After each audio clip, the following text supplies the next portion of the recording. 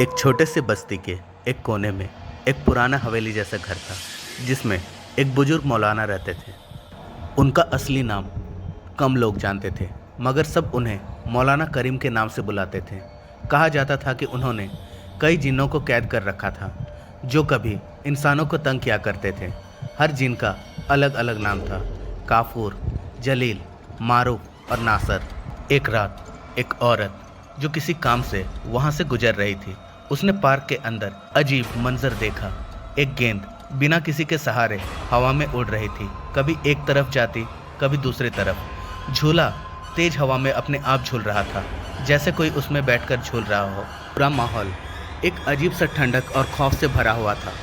उस औरत का दिल जोर जोर से धड़कने लगा। उसने पलट कर देखा तो मौलाना अपने दरवाजे पर खड़े थे। मौलाना ने धीरे से कहा, अऊदु बिल्लाहि मिनालिस शैतानिर रजीम, बिस्मिल्लाहिर रहमानिर रहीम। जैसे ही उन्होंने ये कहा, एक तीखी चीख हवा में गूंज उठी और वो औरत डर कर वहाँ से भाग गई। मगर मौलाना जानते थे कि यह बस एक शुरुआत थी। रात गहरी होती गई, हर तरफ सन्नाटा था। अचानक मौलाना की छत पर एक अजीब आवाज़ें आने लगी, जैसे कोई दौड़ रहा हो। दरवाजे और खिड़कियां जोर जोर से खटखटाने लगी। मौलाना ने तुरंत अपनी तस्बीह उठाई और सूरह अल जिन की तिलावत शुरू की। कुल आहुया इल्लहिया अन्नाहु इस्तिमा आ नफरूम मिनाल जिन्नी फ़कालू इन्ना सामीना कुर अनान अज़बा। जैसे ही उन्होंने सूरह अल जिन की तिलावत की, एक तेज आंख का गोला हवेली के अंदर दिखाई दिया।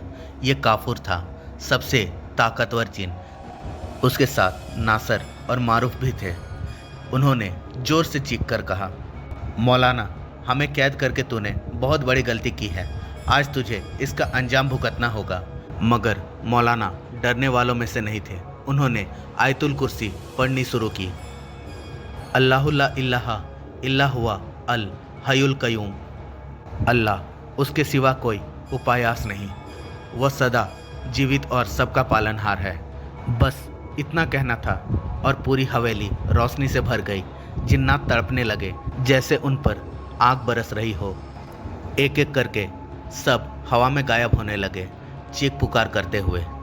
रात भर मौलाना कुर्बानी आयतें पढ़ते रहे। सुबह तक हर जिन अपनी असल जगह पर लौट चुका था। किसी को मट्टी में दफन कर दिया गया, किसी को दरिया की गहराइयों में कैद कर दिया गया। मौलाना ने सुकून की सांस ली। मगर वो औरत जिसने रात को ये सब देख लिया था, आज भी उस मंजर को भूल नहीं पाई थी। हर रात जब हवा तेज चलती, उसके कानों में जिन्नात की वो चीखें गूंजती। बस्ती वाले अब भी कहते हैं, जो शैतानी ताकतों से खेलता है वह हमेशा उसके असर में रहता है। और मौलाना, उन्होंने वह जगह छोड़ दी और एक और कहानी बनकर लोगों के दिल में जिंदा रह गए।